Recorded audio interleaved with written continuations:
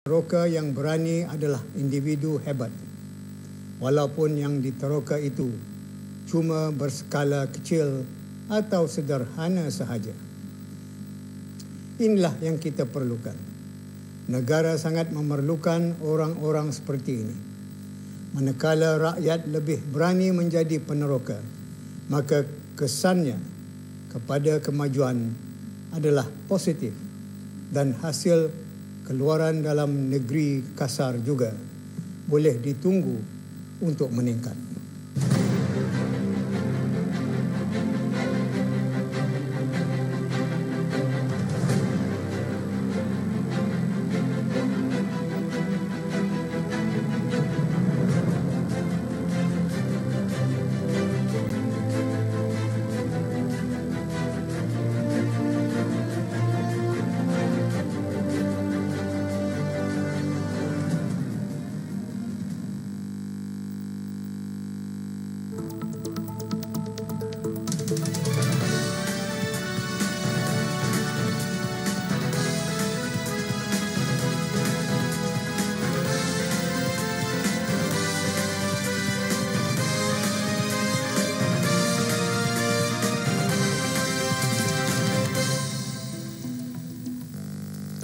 Bismillahirrahmanirrahim. Assalamualaikum warahmatullahi wabarakatuh.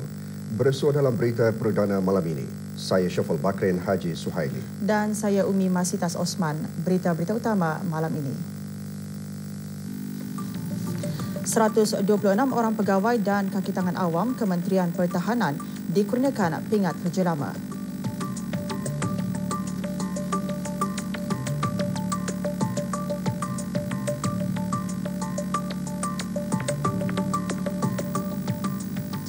Penetapan pemotongan gaji sebanyak RM2 secara automatik untuk tabung dana bagi pembinaan masjid ke atas warga perkhidmatan awam adalah secara sukarela dan bukannya mandatori.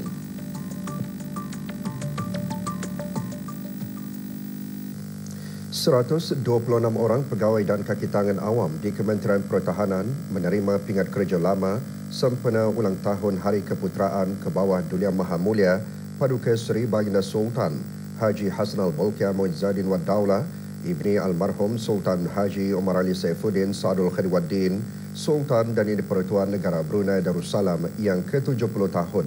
Majlis berlangsung di Dewan Wira Seni Bangunan Pancaragam Angkatan Bersenjata di Raja Brunei. Penyampaian pingat disempurnakan oleh Laksmana Pertama Bersara Datuk Seri Pahlawan Abdul Aziz bin Haji Muhammad Tamid, Timbalan Menteri Pertahanan.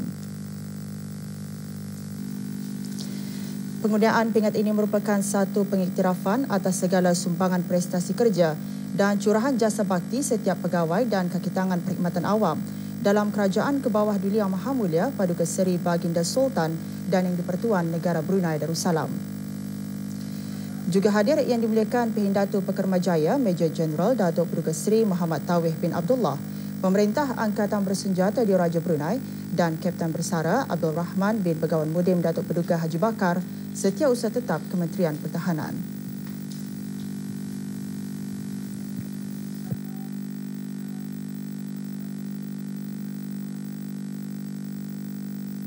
Mestilah kita ini bekerja dengan tekun dan gigih dan membuat segala pekerjaan yang diberikan dan dilaksanakan dengan sebaik-baiknya. Saya mengharapkan semua adalah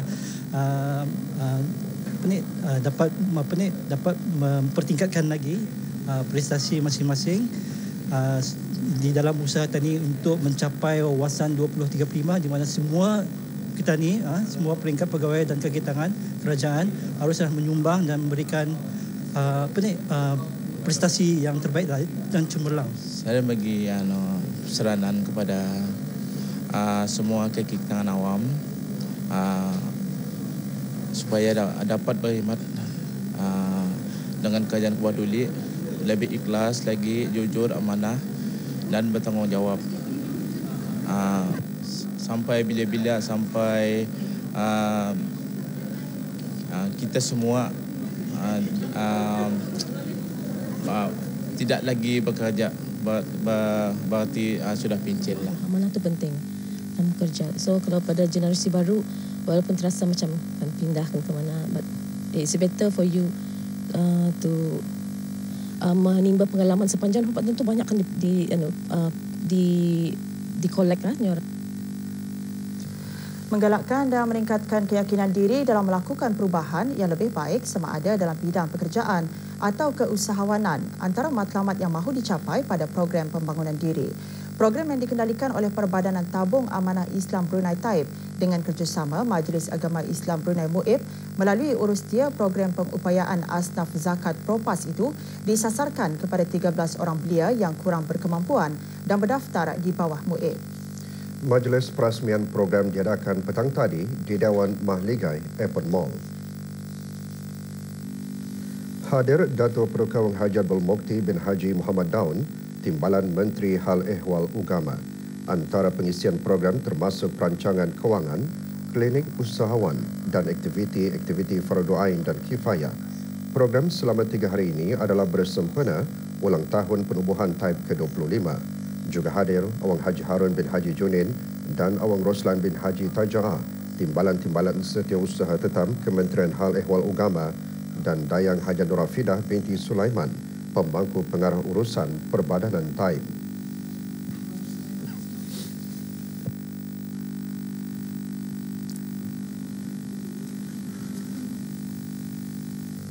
Tabung dana bagi pembinaan masjid langkah membantu pihak kerajaan dalam pembinaan masjid baharu, membaik pulih dan menambah bangunan masjid serta membantu menyediakan kemudahan-kemudahan yang diperlukan di masjid-masjid. Juga dimuatkan dalam bahan berita selanjutnya, Akta Kanun Tanah Strata membuka peluang dan menggalakkan pelaburan dalam pasaran hartanah di negara ini. Kembali selepas ini.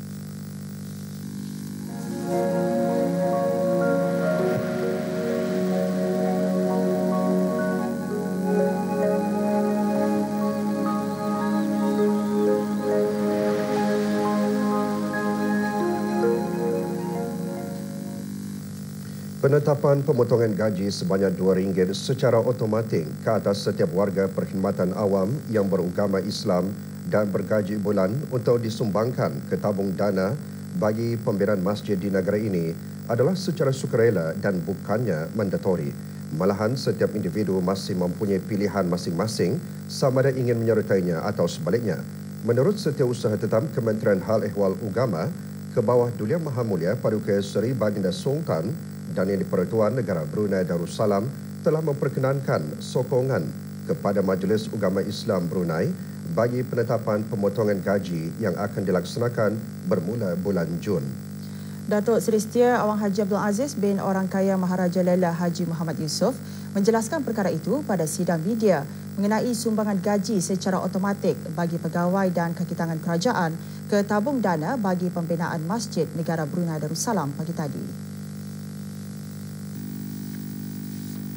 Mana-mana pejabat awam yang berhasrat untuk tidak menyertai skim sumbangan ini ataupun ingin menambah jumlah sumbangan, bolehlah berbuat demikian dengan berurusan secara pentadbiran melalui bahagian kewangan di kementerian, di jabatan ataupun bahagian masing-masing. Jika sekiranya pejabat awam tidak memberi maklum balas sehingga 31 Mei 2017, iaitu tidak memberi makluman bahawa mereka memilih untuk tidak menyertai skim sumbangan ini, maka pemotongan gaji secara automatik sebanyak RM2 akan dibuat melalui bulan Jun 2017. Itu tadi ya. Sejak ditubuhkan pada bulan Jun 2015 sehingga 31 Mac lalu, jumlah kutipan tabung dana bagi pembinaan Masjid Negara Brunei Darussalam yang terkumpul adalah hampir RM5 juta. Dari jumlah tersebut, lebih RM780,000 dikutip melalui pemotongan gaji dari lebih 5,000 orang warga perkhidmatan awam. Projek pertama dari peruntukan kewangan tabung berkenaan akan digunakan bagi pembinaan Masjid Kampung Tanjung Bunut dengan kos pembinaan RM3.5 juta.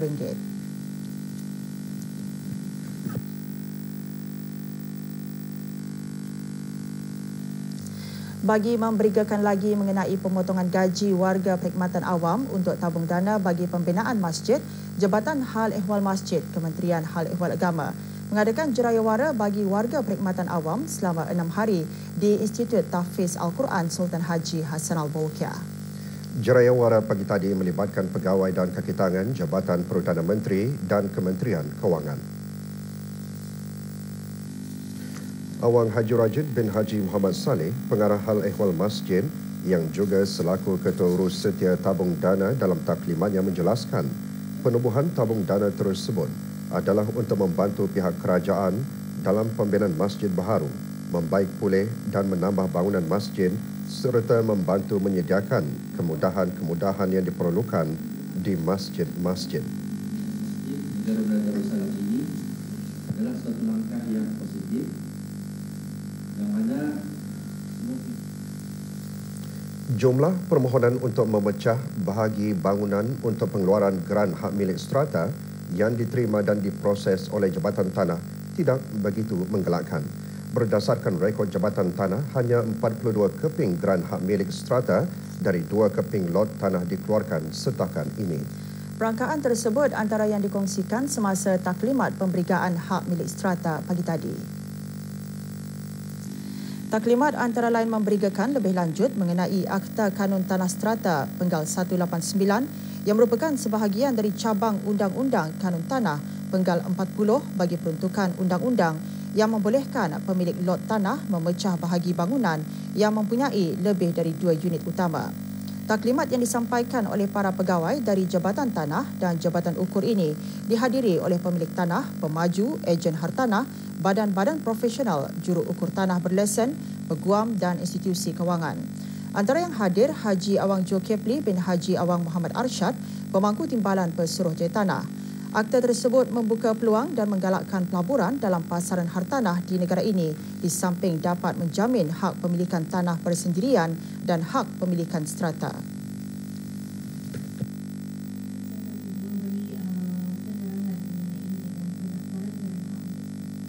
Jerayawara ini adalah satu langkah yang baik dalam memberikan pengetahuan mengenai dengan strata title ini dan juga bagi orang awam untuk mendapatkan khidmat nasihat daripada para profesional yang berpengalaman dalam bidang strata title. Jadi saya mengalu-alukan dan mencadangkan agar pihak awam akan belajar dan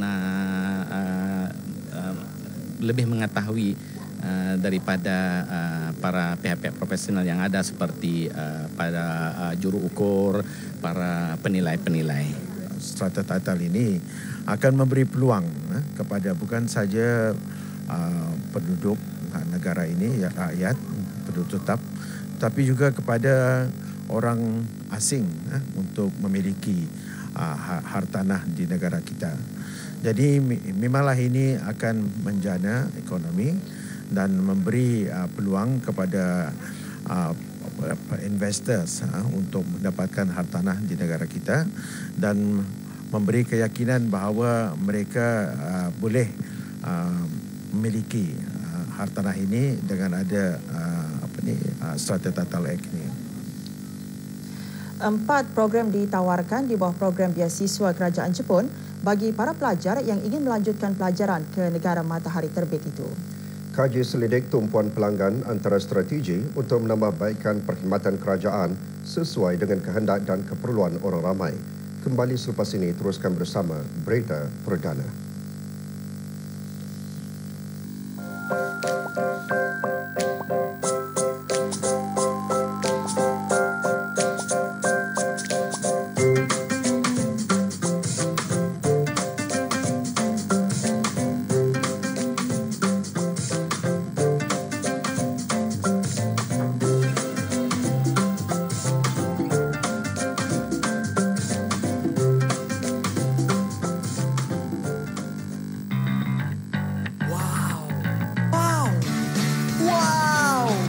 Welcome to Pizza Hut.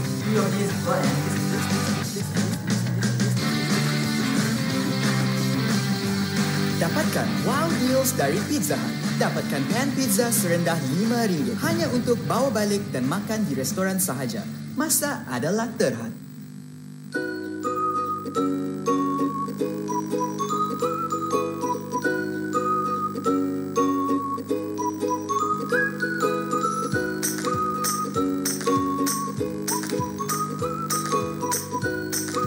Seratus peratus dibuat dari daun teh asli. bukan dari ekstrak seperti yang lain. Rasakan perbezaan teh hijau yang sebenar. Beralih ke Pouka, jenama nombor 1 di Singapura. Wow! Welcome to Pizza Hut.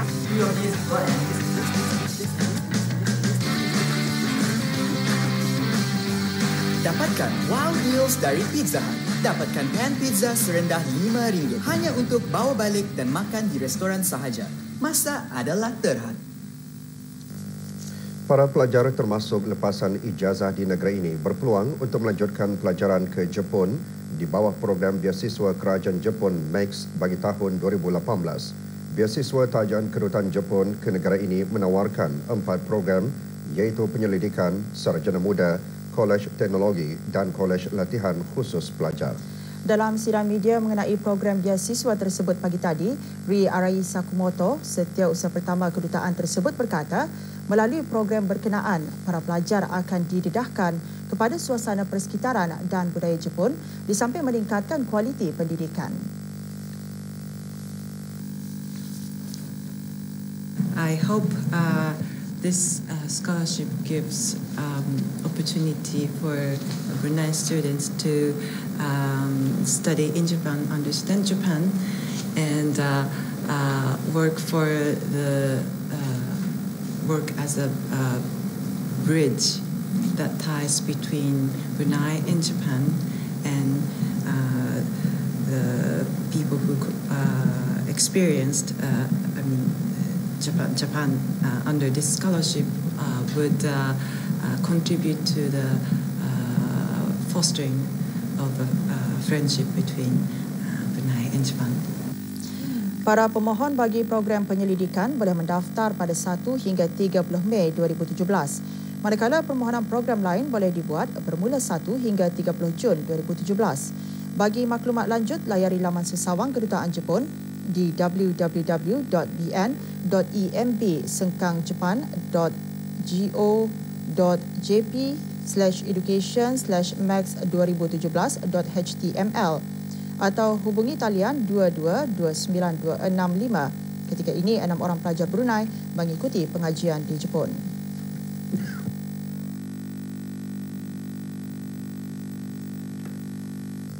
Latihan e-dagang merentas sempadan atau Cross Border E-Commerce Training CBEN selama 2 hari anjuran Darussalam Enterprise DARE dengan kerjasama dhgate.com dan Universiti Brunei Darussalam UBD berakhir hari ini. Latihan dikendalikan oleh dhgate.com, syarikat pertama yang mengendalikan platform e-dagang di China. Latihan termasuk menukar pemikiran para pengusaha dari tradisional kepada perniagaan digital sebelum membekalkan para pekerja dengan kemahiran dan pengetahuan mengenai bagaimana untuk mengendalikan perniagaan berasaskan modal digital dan seterusnya, mengintegrasikan serta membuat peralihan modal perdagangan syarikat melalui gabungan perniagaan secara dalam talian dan tradisional dengan menggunakan platform digital.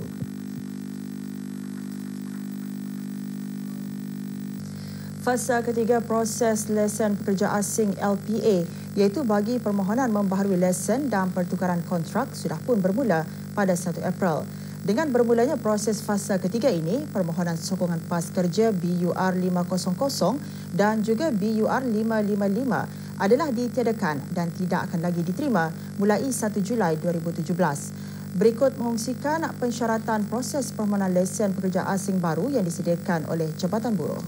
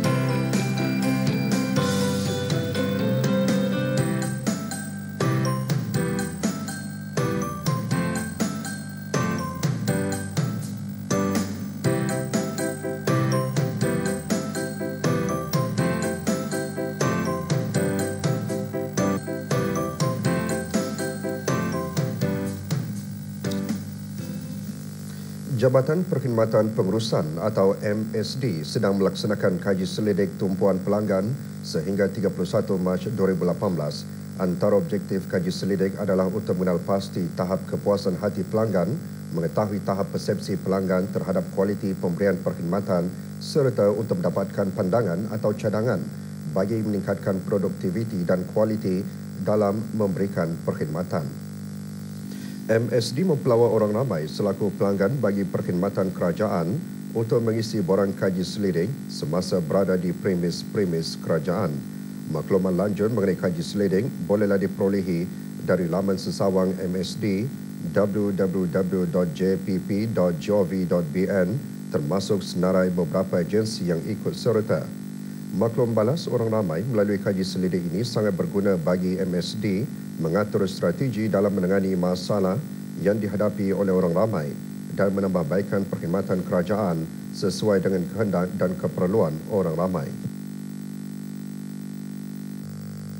Bengkel dan Forum Keselamatan dalam Pembinaan merupakan usaha Jabatan Kerja Raya melalui bahagian Kesihatan, Keselamatan dan Alam Sekitar HSE, Jabatan Pentadbiran dan Kewangan ke arah memupuk dan meningkatkan tahap kesedaran dan pelaksanaan aspek keselamatan dan kesihatan terutama di sektor pembinaan. Bengkel yang diadakan pada 29 April ini di Ibu Pejabat Jabatan Kerja Raya adalah bersempena dengan Hari Keselamatan 2017. Menurut kenyataan Jabatan Kerja Raya, dalam forum itu nanti akan memberi penekanan mengenai kepentingan plan HSR projek yang mana perlu disediakan oleh setiap kontraktor bagi setiap projek yang mereka laksanakan.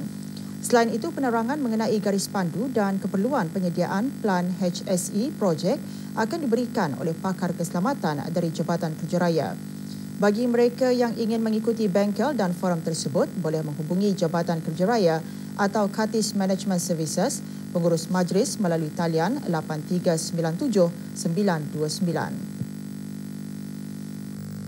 Pencegahan awal dari kerosakan gigi dan penyakit gusi perlu diamalkan bagi membendung faktor-faktor risiko di samping mengikuti penjagaan kesihatan mulut dengan betul. Amalan memberus gigi 2 kali sehari dalam 2 minit menggunakan ubat gigi Florida adalah penting di samping penjagaan permakanan dengan menghadkan pengambilan makanan dan minuman manis. Itu antara nasihat yang dikongsi dan disarankan semasa taklimat pencegahan kerosakan gigi pagi tadi kepada murid-murid Sekolah Rendah Sultan Hashim Batu Apoi. Taklimat disampaikan Jururawat Pergigian Hospital Pengeran Isteri Hajah Mariam Temurong. Murid-murid didedahkan tentang kaedah memberus gigi, penjagaan gigi dan mengenal pasti kerosakan gigi.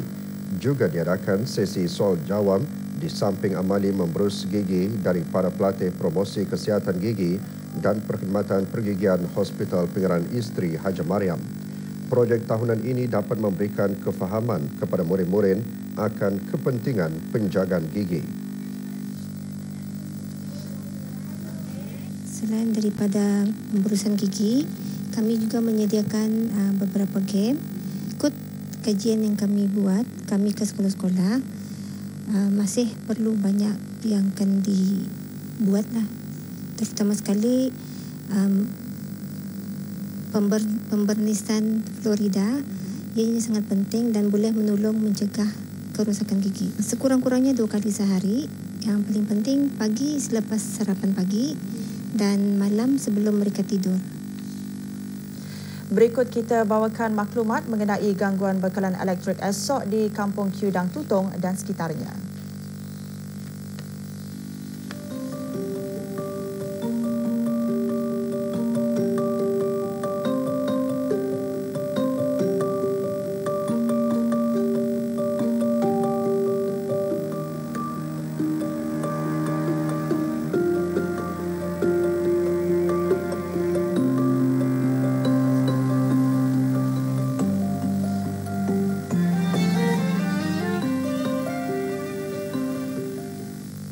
Sekarang disampaikan kadar nisab zakat wang dan harta untuk hari ini.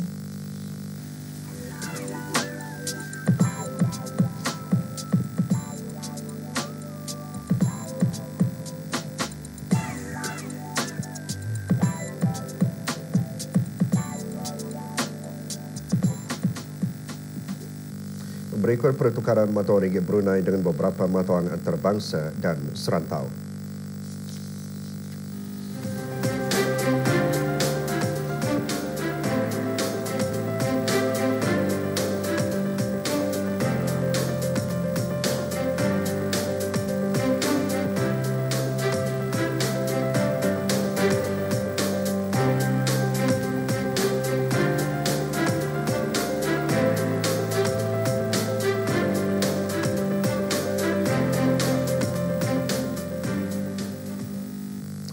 Parlimen Britain mengundi bagi pilihan raya awal pada Jun nanti. China dan EU perlu berganding bahu bagi menjamin keselamatan serantau dan keamanan dunia. Laporannya antara yang dimuatkan dalam segmen antarabangsa selepas ini.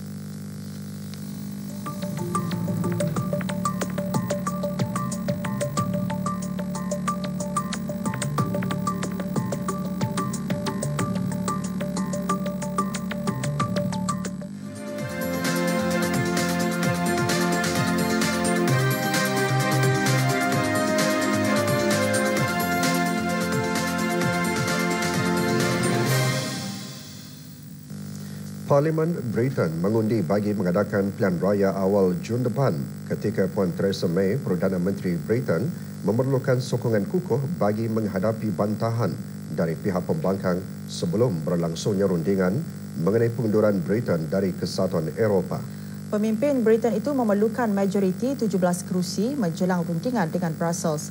Puan May mempertahankan keputusannya bagi mengadakan pilihan raya awal bulan depan dengan menegaskan langkah tersebut akan mengukuhkan kedudukan kerajaan dalam rundingan yang tertumpu kepada tindakan Britain keluar dari Kesatuan Eropah.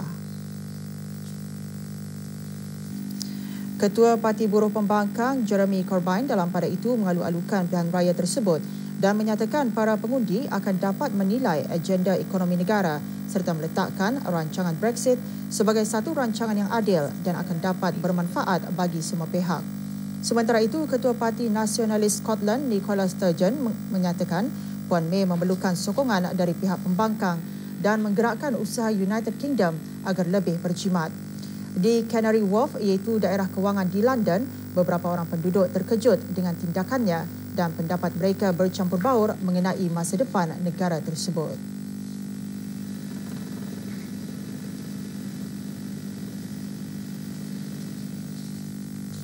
Keputusan awal bagi undi pilihan raya untuk memilih Gubernur Jakarta baharu bagi pusingan kedua berpihak kepada bekas Menteri Kerajaan Anies Baswedan mendahului kiraan 56% undi berbanding Basuki Tjahaya Purnama Gubernur Jakarta yang memperolehi lebih 40% undi.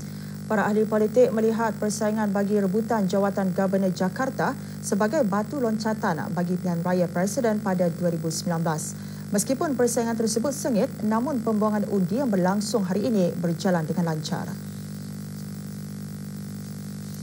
Lebih 13,000 pusat dibukakan bagi pembuangan undi. Lebih 7 juta penduduk yang berdaftar membuang undi yang ditutup kira-kira pukul 1 petang waktu setempat. Bagi langkah keselamatan, ribuan anggota polis dan tentera dikerahkan berkawal di pusat pembuangan undi termasuk di Kebun Jeruk, Barat Jakarta.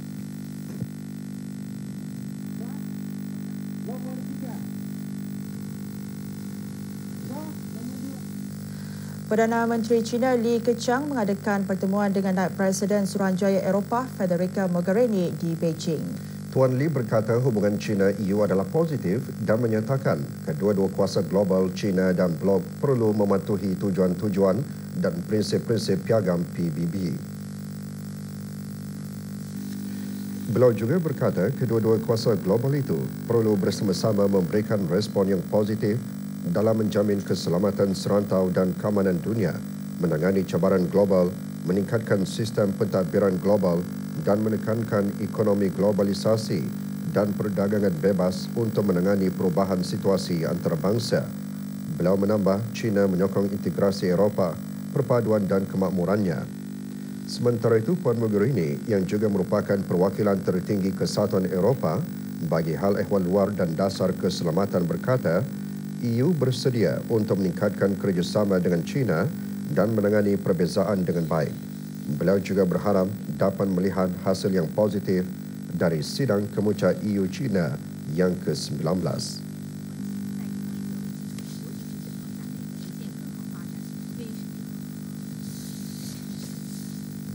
Naib Presiden Amerika Syarikat Tuan Mike Pence mengadakan pertemuan dengan Timbalan Perdana Menteri Jepun Taro Aso di Tokyo bagi rundingan meningkatkan hubungan ekonomi dan komersial. Tokyo merupakan perhentian kedua dalam rangka lawatan 10 hari Tuan Pence ke Asia, lawatan yang bertujuan bagi menekankan bahawa Presiden Amerika Syarikat mahu meningkatkan perdagangan Amerika Syarikat di rantau itu walaupun beliau meninggalkan perjanjian perdagangan Trans-Pasifik.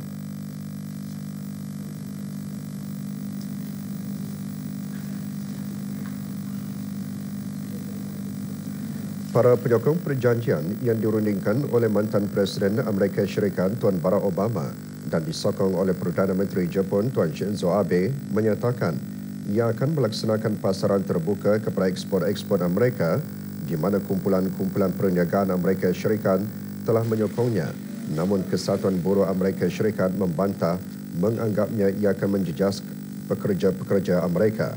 Kini Tuan Trump juga berikrar untuk merundingkan semula kewujudan perjanjian perdagangan serantau untuk menumpukan perjanjian-perjanjian dua hala yang mana Tokyo meluahkan kesangsiannya bimbang ia akan meningkatkan tekanan untuk membuka sektor politik yang sensitif seperti pertanian.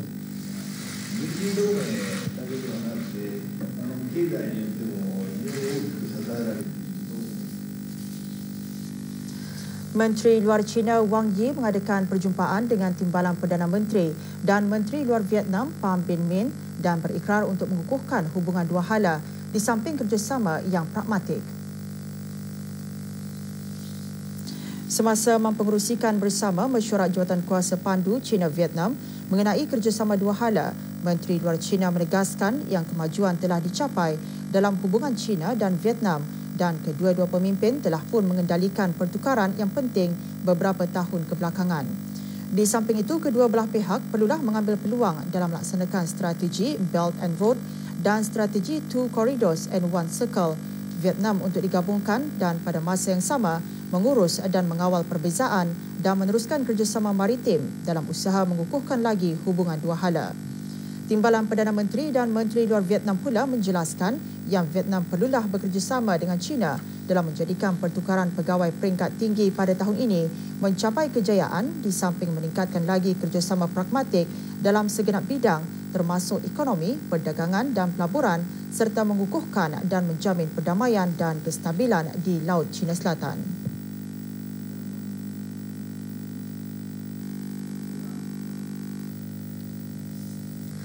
China mengumumkan rombakan tentera dengan pelantikan dan perubahan baharu kepada 84 unit tentera, satu langkah yang dibuat oleh Presiden Xi Jinping sebagai langkah utama dalam mengukuhkan tentera negaranya. Tuan Xi yang juga merupakan Setiausaha Agung Jawatankuasa Pusat Parti Komunis China CPC dan Pengerusi Pusat Suruhanjaya Tentera CMC membuat pengumuman tersebut ketika mengadakan pertemuan dengan ketua-ketua pegawai tentera di Beijing. Tuan Xi berkata dicadangkan oleh Pusat Jawatankuasa CPC dan CMC, rombakan tersebut adalah penting dalam mengukuhkan ketenteraan melalui pembaharuan. Beliau juga berkata ia mempunyai pengaruh yang mendalam dalam memenuhi sasaran-sasaran bagi mengukuhkan tentera dalam situasi baharu dan menubuhkan pasukan tentera bertaraf dunia. Dengan melibatkan 84 unit tentera sebagai sebahagian daripada sistem baharu itu, Tuan Xi menggesa mereka untuk menjaga kedaulatan, keselamatan dan kepentingan pembangunan China.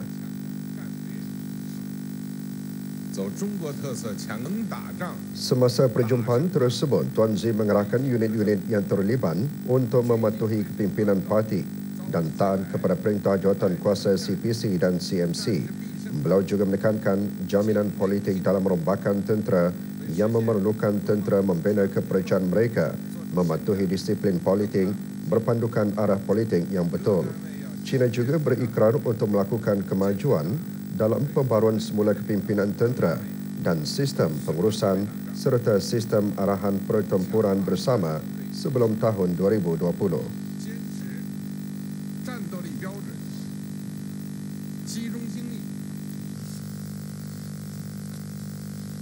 Serangan bom ke atas sebuah konvoi bas yang sesang dengan penumpang di Syria disifatkan sebagai satu jenayah perang. Sementara di Iraq, lebih banyak kemah pelarian perlu didirikan susulan jumlah pelarian yang meningkat. Ikuti berita mengenainya seketika nanti, teruskan bersama kami. We're celebrating 50 golden years of uniting 10 magnificent nations where over 650 million hearts beat. We stand together for one vision, one community, one ASEAN. Our beauty and diversity is unparalleled. Discover a land of stunning natural wonders and home to the world's most incredible creatures. Seek thrills and adventures of a lifetime. Immerse yourself in our rich traditions, diverse cultures, and fascinating history.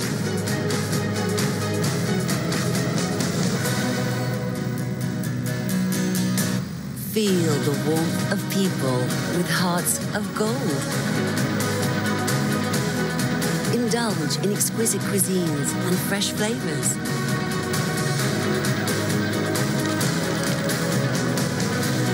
Uncover ancient cities, enchanting stories, and treasured legends.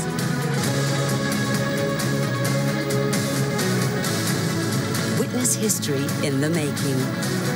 Marvel at vibrant cities, towering skyscrapers, and rapid transportation. Embrace the moment and make memories that will last forever.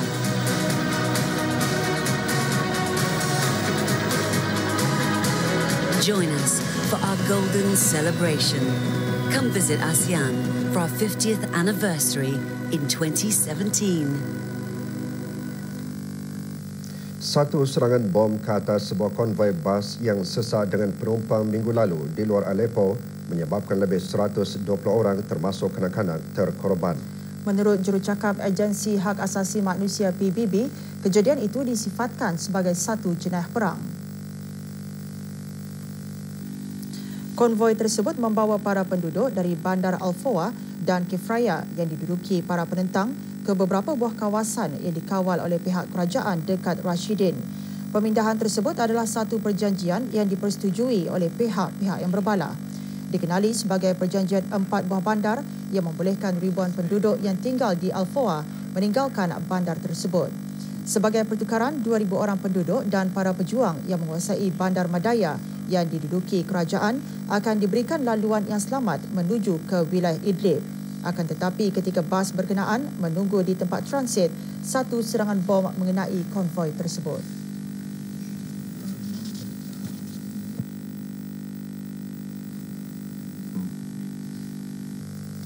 Seorang pegawai Iraq yang bertanggungjawab bagi jawatan kuasa bersama bantuan dan pemindahan penduduk awam menjelaskan lebih banyak kemah pelarian perlu didirikan. Ini bertujuan bagi memenuhi peningkatan bilangan pelarian yang lari dari Mosul.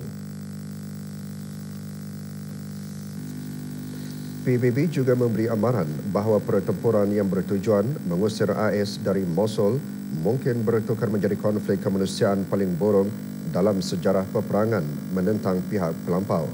Pihak berkuasa PBB dan Iran telah pun membina lebih banyak khemah, akan tetapi yang masih belum mencukupi.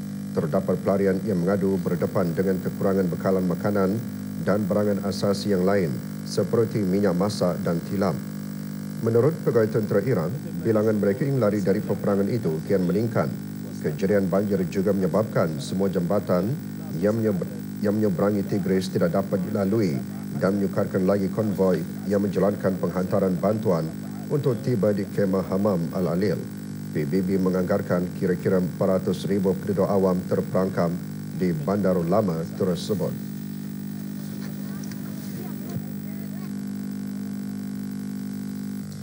Pihak berkuasa Libya menghantar pulang seramai 170 pendatang Mali kembali ke negara asal mereka sebagai sebahagian dari program penghantaran pulang sukarelawan yang dijalankan oleh Pertubuhan Antarabangsa bagi Migrasi IOM.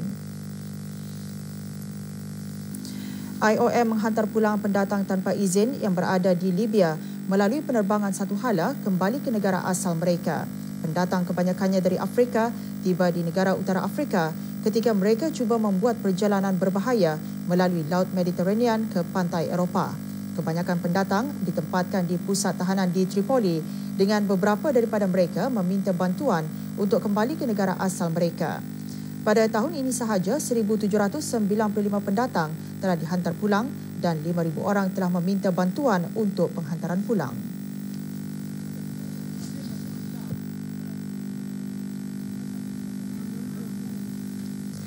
Perjanjian perdagangan TPP akan diteruskan tanpa penyertaan Amerika Syarikat. Sementara itu di Texas, hujan lebat yang berterusan menyebabkan beberapa kawasan dilanda banjir.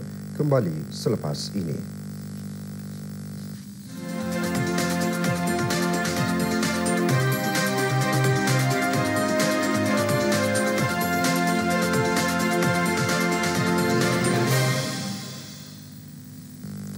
Perjanjian perdagangan bagi rantau Pasifik yang dikenali sebagai TPP akan terus dilaksanakan dengan membuat sebarang pelarasan dalam teks perjanjian di sebalik pengunduran diri Amerika Syarikat dari perjanjian tersebut. Perjanjian TPP yang diperkenalkan oleh mantan Presiden Amerika Syarikat dan Jepun adalah bertujuan untuk menghadapi pengaruh China di rantau berkenaan. Menteri Ekonomi Meksiko Ildefonso Guajardo menegaskan perkara itu juga perlu dibincangkan bersama negara-negara ahli TPP sekiranya bersedia untuk melakukan perkara yang sama. Antara ahli perjanjian tersebut termasuk Australia, Kanada, Chile, Jepun dan New Zealand. Selain itu, Meksiko berusaha untuk mempelbagaikan pilihan perdagangannya bagi menghadapi ancaman Amerika Syarikat yang berhasrat untuk melakukan beberapa perubahan besar kepada Perjanjian Perdagangan Bebas Amerika Utara atau membatalkannya. Ia adalah satu perjanjian yang mendukung sebahagian besar perdagangannya dan menjadikannya terikat bersama Amerika Syarikat dan Kanada.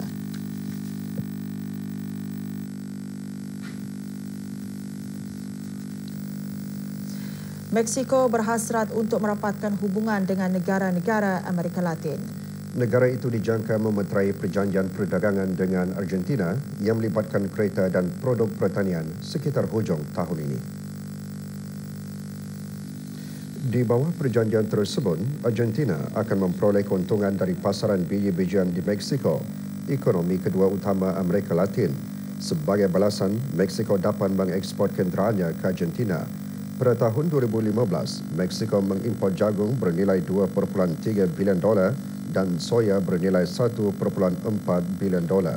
Jumlah itu bagaimanapun berkemungkinan merosot di bawah perundingan semula Perjanjian Perdagangan Bebas Amerika Utara oleh Presiden Amerika Syarikat. Meksiko juga menjual sekitar 80% pengeksportannya ke negara itu yang menjadi sumber sebahagian dari pelaburan langsung asing di Meksiko dalam tempoh 2 dekad ini.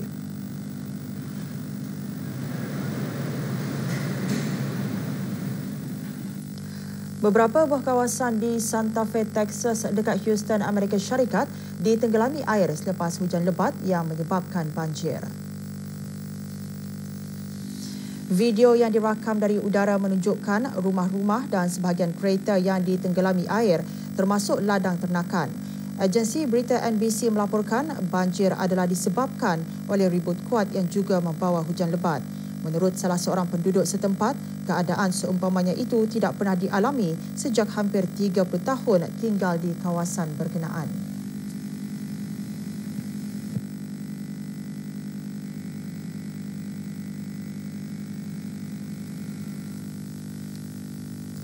Kejuaraan dunia mengangkat kayu arang antara bahan menarik dalam segmen sukan. Real Madrid pula mara ke separuh akhir Liga Juara-Juara. Nantikan laporannya selepas ini.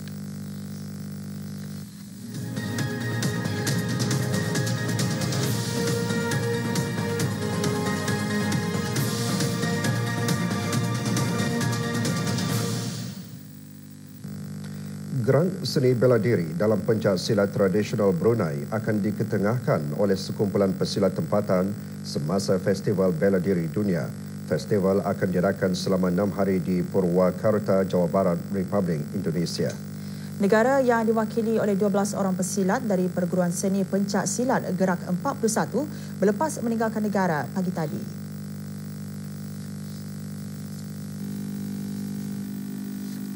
Berada di lapangan terbang antarabangsa Brunei bagi mengucapkan selamat belayar, Awang Haji Ibrahim bin Haji Muhammad Yusof, guru utama perguruan seni pencak silat Gerak 41.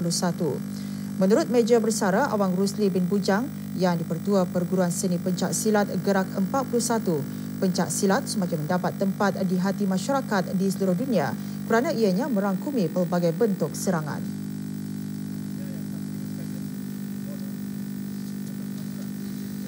Sama berusaha juga seberapa daya untuk menampilkan aspek teknikaliti, kekayaan dan kekemasan teknik yang terdapat dalam silat Brunei itu sendiri. Jadi di sana nanti insyaAllah kita akan dapat menampilkan walaupun sama-sama aliran pencak silat, tapi Kemudian Darussalam mempunyai teknik, taktik dan strategi seni mempertahankan diri yang berbeza dan tersendiri. Real Madrid layak ke perlawanan separuh akhir Liga Juara-Juara setelah menang 4-2 ke atas Bayern Munich. Kejayaan pasukan Real Madrid dicapai menerusi jaringan hat-trick Cristiano Ronaldo. Jaringan sendiri oleh Sergio Ramos memberi masa tambahan selepas Robert Lewandowski menjaringkan gol bagi Bayern Munich dari sepakan penalti dan disudahkan oleh Ronaldo. Madrid seri 2-2 pada minit-minit awal masa tambahan melalui Ronaldo apabila menjaringkan golnya ke-100 dalam Liga Juara-Juara.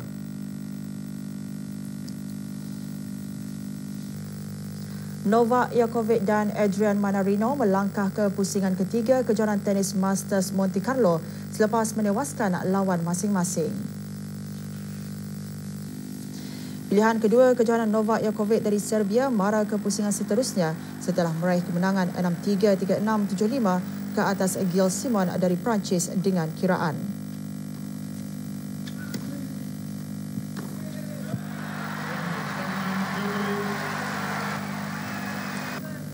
Mengiringi Djokovic ke pusingan ketiga, Adrian Manarino dari Perancis yang mengejutkan pilihan ke-7 dari Perancis, Jo-Wilfried Tsonga dengan keputusan 6-7, 6-2, 6-3.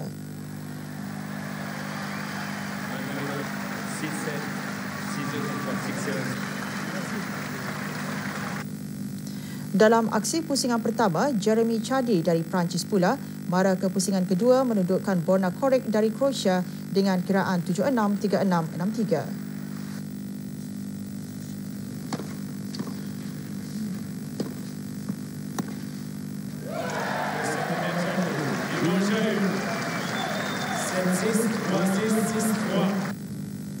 Juga melangkah ke pusingan kedua, pemain dari Spanyol Feliciano Lopez selepas menang mudah 7-6, 7-5 ke atas Daniil Medvedev dari Rusia.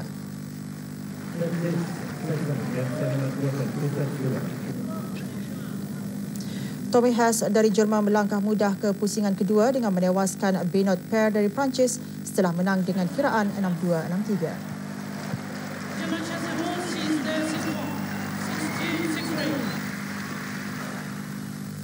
Aksi berbasikal pula, Sasha Modolo memenangi peringkat permulaan edisi Jelajah Croatia 2017. Sasha Modolo dari pasukan Emirat Arab Bersatu memenangi edisi kali ini yang menjelajah lebih 227 km dari Osijek ke Koprivica hingga ke pesisir timur laut negara itu. Peringkat kali ini, Modolo berjaya meninggalkan juara peringkat terbuka tahun lalu, Giacomo Nizzolo yang sekadar menduduki tempat kelima. Edward Grosso dan Nicholas Marini dari pasukan Nippo Vini Fantini masing-masing tempat kedua dan ketiga. Penjelajahan peringkat pertama meliputi sebahagian besar kawasan rata di samping 3 pendakian bukit. Sementara peringkat kedua dari 6 peringkat perlombaan meliputi destinasi sejauh 123 km dari Trogir ke Biokovo.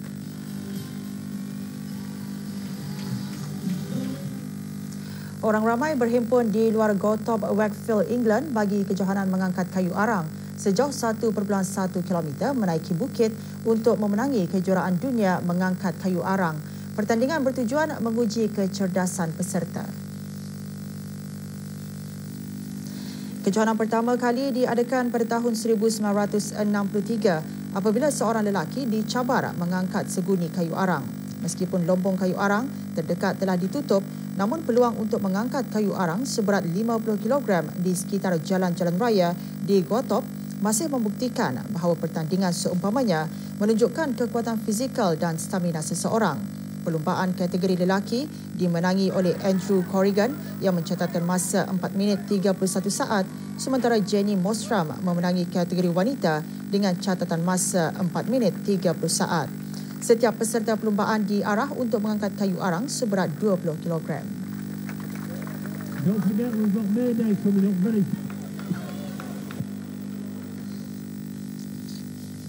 Ramalan keadaan cuaca menyusul selepas ini.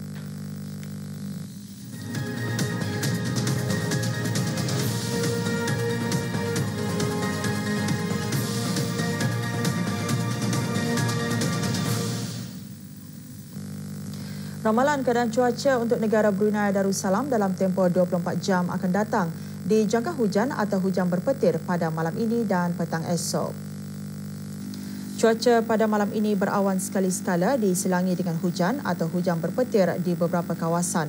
Risiko banjir kilat jika hujan lebat terutama di kawasan rendah dan mudah banjir. Keadaan laut berombak sedikit di paras 0.5 hingga 1 meter. Angin bertiup dari arah barat daya selaju 5 ke 10 km sejam.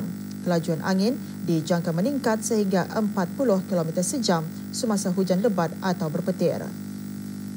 Pagi esok pula cuaca pada amnya sebahagian berawan.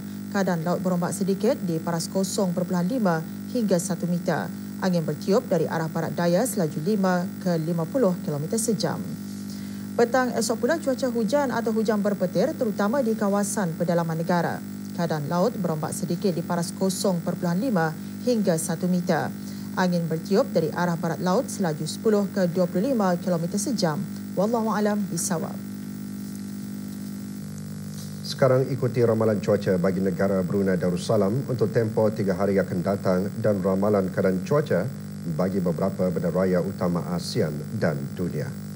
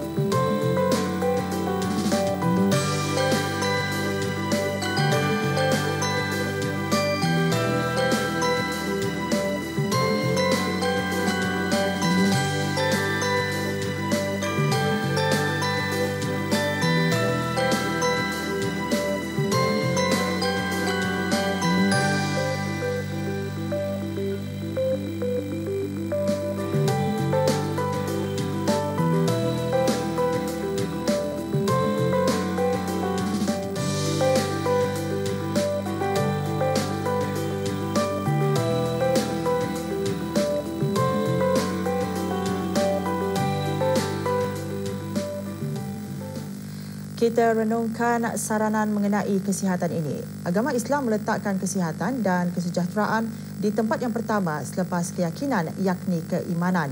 Ini berdasarkan sabda Rasulullah SAW yang diriwayatkan oleh Ibnu Majah.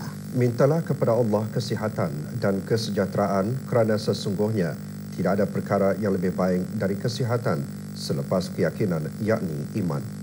Sebelum mengakhiri berita perdana malam ini, kita saksikan visual pesta bunga tulip yang berlangsung di Istanbul yang memaparkan lebih 26 juta bunga tulip yang beraneka warna. Assalamualaikum warahmatullahi wabarakatuh.